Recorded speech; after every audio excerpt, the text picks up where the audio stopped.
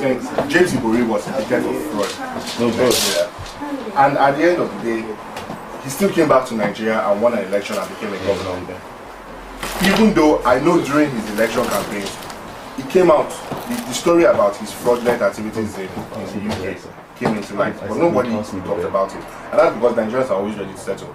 And then he won the elections, and the next thing I was hearing from people was, well, he's won, so for peace sake, let him just go on. So what do you expect from somebody who has committed fraud in the UK, who is your governor? What do you expect from him? You actually expect him to now overnight become a saint in the government house and do what you want him to do? No. So what you're arguing is that Nigeria's electoral system is so poor that it cannot produce good leaders. Definitely. You know, I disagree. Well, I don't not disagree with that, but what I don't understand, or what I don't think people understand, is that you can't expect a group of people, you can't expect any leader in the world, Barack Obama cannot go to Nigeria right now and instill any form of change whatsoever. It's like giving somebody a fork to paddle a boat. People don't understand that the onus needs to stem from the people as well.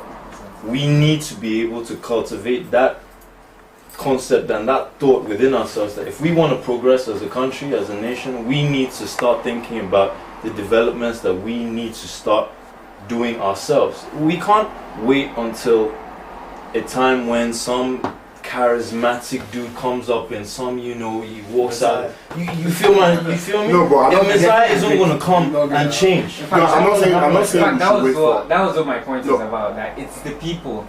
It's the people. It's not the leaders. Well, understand because your electoral and accountability, those two things, why did the people allow that person to continue being their leader? If they didn't choose him, do they have a choice? Think about it. Think about it. If they rigged the elections, if they actually rigged the election, then these people knew that they had to rig it together. You know, when I talk about electoral system, first and accountability, you don't need to have like a list.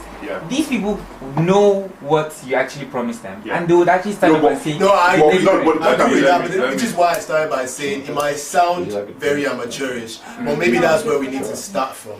You understand? Because as it is now, we don't take what's it called? We don't have discretion, right? We don't take like responsibility with our discretion. We need responsibility enforced on us, basically. So when someone says you're going to write an exam tomorrow, then you start reading. Do you understand? You know you have an exam tomorrow.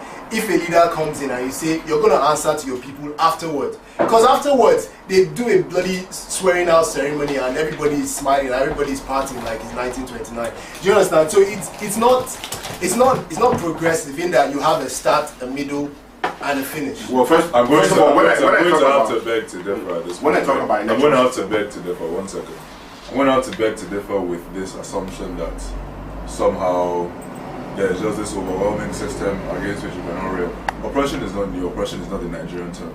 Like oppression is an English word, right? And oppression has been manifest in several nations. Oppression, in fact, at one point you could attribute it to the United States and black people and their oppression and how they had to fight against it. I think that ultimately, a perfect analogy for Nigeria, I don't know who I was saying this before too, but is the whole Oliver Twist. Anybody who's read Oliver Twist, the book. If you're in Nigeria and you go and you act immediately, somebody will call you Oliver Twist, right? Because of that portion, that passage of the book where he asked for more. That's because the Nigerian has failed to comprehend the basic lesson of that passage, which is that Oliver Twist was sitting with his colleagues, fellow members of the workhouse, young boys who had been overworked and underfed, right? And they were all really struggling with the rations they were given. Now there's a high table opposite you, somewhere along the passage, where all the workmasters are eating like kings, with surplus. You can see it from where you are. They have not invited you to that table. They have limited your options, you're basically constrained. They drew lots, because by consensus they agreed that their situation was too bad. Somebody has to go and ask for more. Oliver Twist drew the short straw, right? And in going over to the high table and asking for more, right then he had decided that, listen, it may not be within my power, but I'm going to try to affect my situation. And what happened was, that is what led to him getting out of the workhouse, by hook or by crook. Let's not get sidelined by the rest of the text, right? So all I'm saying is that, as Nigerians, right, I feel that what it is that there is a failure of expectation, right? We have been browbeaten by the powers that be, whatever other choice phrase you want to use, into thinking that, unfortunately, this is what Nigeria is. So let me explain myself. The thing is, I think where the misunderstanding is, when I talk about leadership and electoral, everybody immediately thinks of president and thinks of one man. I'll just read it now. We have 109 senators. We have 360 House of Rep members. We have far more, thousands of local government chairmen. I didn't talk about leader, I talked about the electoral process. The truth of the matter is, you cannot deny that the leaders are the people who push forward democratic dividends or development in the country, whether you like it or not. If not, we won't have leaders.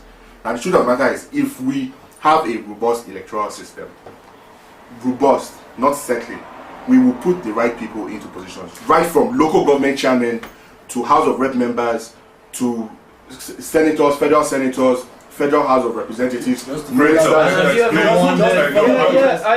that. Explain to us. Why change something that benefits Sorry. you? What we're doing right now is we're advancing some random concepts now. Please explain to me what a robust electoral process is. A robust electoral process is, first of all, having an independent INEC.